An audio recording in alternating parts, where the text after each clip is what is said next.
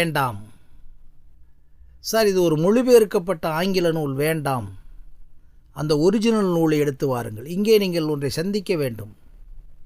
ஓஷோ அவர்கள் நாஸ்ட்ரதாமஸ் என்ற ஒருவர் வெளியிட்ட ப்ரெடிக்ஷன் நீங்கள் கேள்விப்பட்டிருப்பீர்கள் பலர்.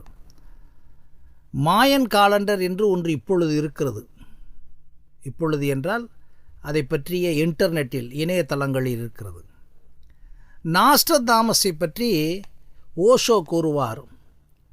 நாஸ்ட்ரதாமஸ் நம்முடைய ஆங்கிலத்தில் அவர் எழுதவில்லை, அல்லது அவருடைய பேச்சுக்கள் எல்லாம் முதலில் பிரெஞ்சு மொழியிலே தான் வந்ததாக வரலாறு இருக்கிறது. அதை எடுத்து பார்த்தீர்களானால், பிரெஞ்சு மொழியிலிருந்து ஆங்கில மொழிபெயர்ப்பில் வந்ததை பார்த்தீர்களானால், இன்று கூட நமக்கு அதனுடைய கண்டினியூட்டி நமக்கு விளங்காது. அதை அவர் சொல்லுவார், இவர்கள் இன்டர்பிரட் பண்ணிவிட்டார்கள், நாஸ்ட்ரதாமஸ் சொல்லியதை இன்டர்பிரட் பண்ணிவிட்டார்கள் என்று கூறுவார். இப்போ என்ன ஒரு விஷயம்னா, யூஜி கிருஷ்ணமூர்த்தியும் அப்படித்தான். யூஜி கிருஷ்ணமூர்த்தி என்ன சொல்லுகிறாரோ அதை நாம் புரிந்து கொள்கிறோமா என்பதை விட்டுவிட்டு, நாம் புரிந்ததை வைத்து கொண்டு யூஜிகேயை பார்த்து கொண்டிருக்கிறோம். அப்பொழுதுதான் யூஜிகேயை புரிந்து கொள்ள முடியவில்லை என்று பயப்படுகிறோம். ஆனால் நீங்கள் யூஜிகேயை அவருடைய வார்த்தைகளையெல்லாம் உள் வாங்கி வைத்து கொண்டு, அதன் மீது உங்கள் அறிவோடும் சுற்றி இருக்கக்கூடிய கொஞ்சம் அறிவோடும் கொஞ்சம் பயணம் செய்துவிட்டு திரும்பி அமைதியாக இருந்து பாருங்கள், அங்கிருந்து ஏதாவது உங்களுக்கு கிடைக்கும். அப்பொழுதுதான் யூஜி கிருஷ்ணமூர்த்தியை புரிந்து கொள்ள முடியும். அவருடைய ஞானம் என்பது ஒன்றுமே இல்லை என்று சொன்ன அந்த விஷயம் வேதாந்தத்தில் இருக்கிறது என்று நாம் உச்சரிக்கும் போது, எப்படி வேதாந்தத்தில் இருந்தது யூஜி கிருஷ்ணமூர்த்தி அவர்களுக்கு புரிந்தது என்று நாம் கேட்கும் கேள்வி வரும். அப்பொழுதுதான் ஒரு சின்ன பிரமிப்பு வரும்.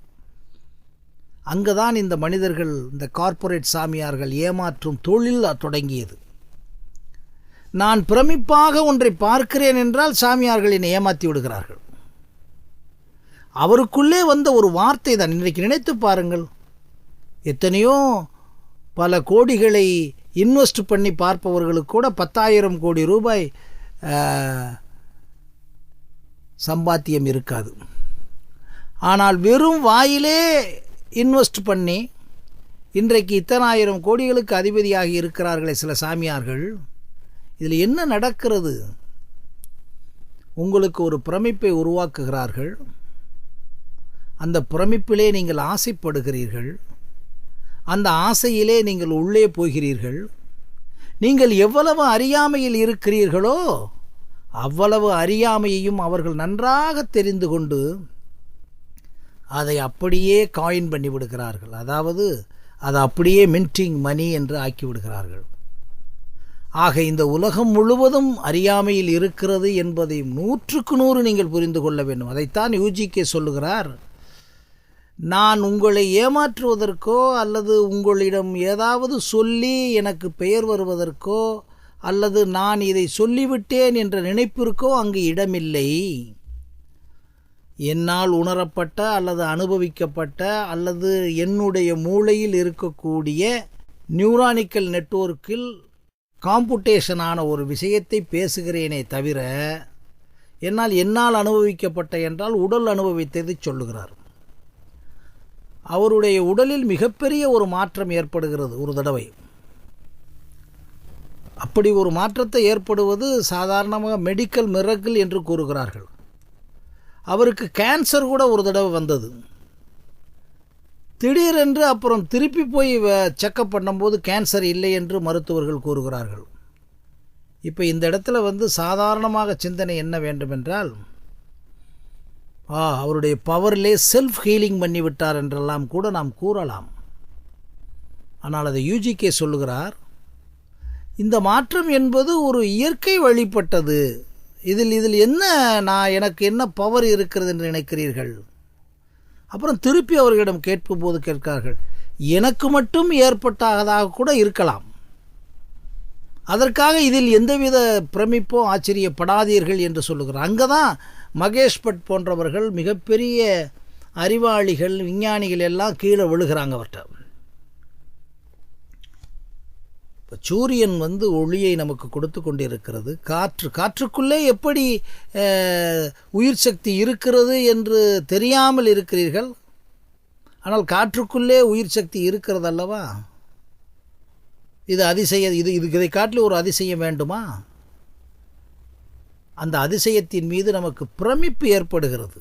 அந்த பிரமிப்பு தான் யூஜிகே கூறுகிறார், அது ஒன்றுமில்லை. நீங்கள் நினைக்கின்ற ஞானம் என்பது ஒன்றுமில்லை. இது ஒரு உடலியல் ரீதியாக நடக்கக்கூடிய ஒரு விஷயம், உடலுக்குள்ளே நடக்கக்கூடிய ஒரு மாற்றம். அவர்தான் உச்சரிக்கிறார். பேரின்பம் என்று கூறுகிறீர்கள், ஞானம் என்று கூறுகிறீர்கள், அனுபூதி என்று கூறுகிறீர்கள். இதெல்லாம் ஒன்றுமில்லை. இந்த உடலிலே ஏற்பட்ட உணர்கின்ற ஒன்று. வலியை உணர்கிறீர்கள், பசியை உணர்கிறீர்கள், தாகத்தை உணர்கிறீர்கள், காமத்தை உணர்கிறீர்கள் அல்லவா? காமத்தினுடைய உணர்வு சாதாரணமாக எல்லா மனிதர்களுக்கும், ஆணுக்கும் பெண்ணுக்கும் இயற்கை என்று கூறிவிடுகிறீர்கள் அல்லவா? 24 மணி நேரமும் காமம் இருக்கிறதா? அதாவது காமம் என்ற அந்த உச்ச நிலையை உணரக்கூடிய நிலை 24 மணி நேரமும் எந்த மனிதனிடம் இருப்பதில்லை. அந்த குறிப்பிட்ட நேரத்தில் இருக்கிறது என்பதுதானே விஷயம். அதே மாதிரி பசி 24 மணி நேரமும் இருப்பதில்லை, நோயாளிகள், சில நோயாளிகளை தவிர. தாகம் 24 மணி நேரம் இருப்பதில்லை. இதற்கெல்லாம் என்ன காரணம்? இந்த உடம்பிலே இயற்கை கொடுத்துட்ட, அந்த இயற்கை கொடுத்துட்ட என்பது வரை வருகிறார்கள். அதே மாதிரி யூஜிகே சொல்வதை மறந்து விடுகிறார்கள். ஒவ்வொரு மனிதனுக்குள்ளும் பொதுவான இலக்கணங்கள் உடலியல் ரீதியான இயக்கங்கள் எல்லோருக்கும் தெரியும். காலிலே அடிபட்டால் எப்படி வலி இருக்கும், அதே கண்ணிலே அடிபட்டால் வலி எப்படி இருக்கும் என்பது எல்லோருக்கும் தெரியும். இதை விட்டுவிட்டு ஒரு எக்ஸ்ட்ராடினரியான ஒரு வழி வருகிறது. நீங்கள் கின்னஸ் ரெக்கார்டுகளை பார்த்தீர்களானால் கண் உள்ளே இருக்கக்கூடிய கண்ணை அப்படியே கொண்டு வந்து அதை அப்படியே அந்த கண்ணை புஷ் பண்ணி வெளியே தள்ளி கிட்டத்தட்ட ஒரு 5-6 இன்ச் அளவுக்கு ஒரு பெண் கின்னஸ் ரெக்கார்டில் கொண்டு வருகிறார்.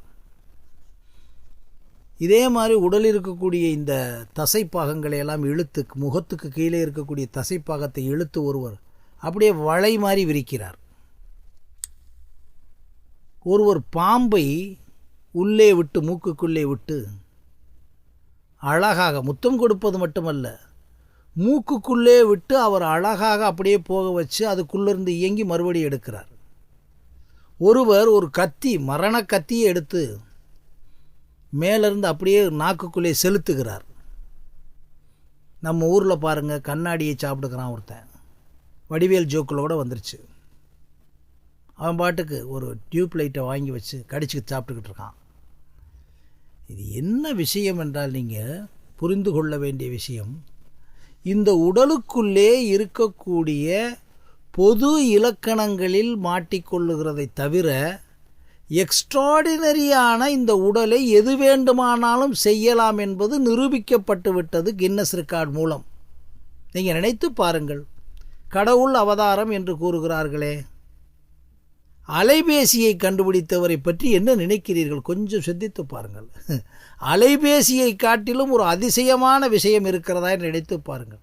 உங்கள் அலைபேசியை வைத்துக்கொண்டு எஸ்எம்எஸ் கொடுப்பது மட்டுமல்ல, இமெயில் கொடுப்பது மட்டுமல்ல, உலகத்தில் இருக்கக்கூடிய அத்தனை விஷயங்களும் நெட்டு மூலம் அதை பார்த்துக்கிட்டு இருக்கலாம் கையில் வச்சுட்டு.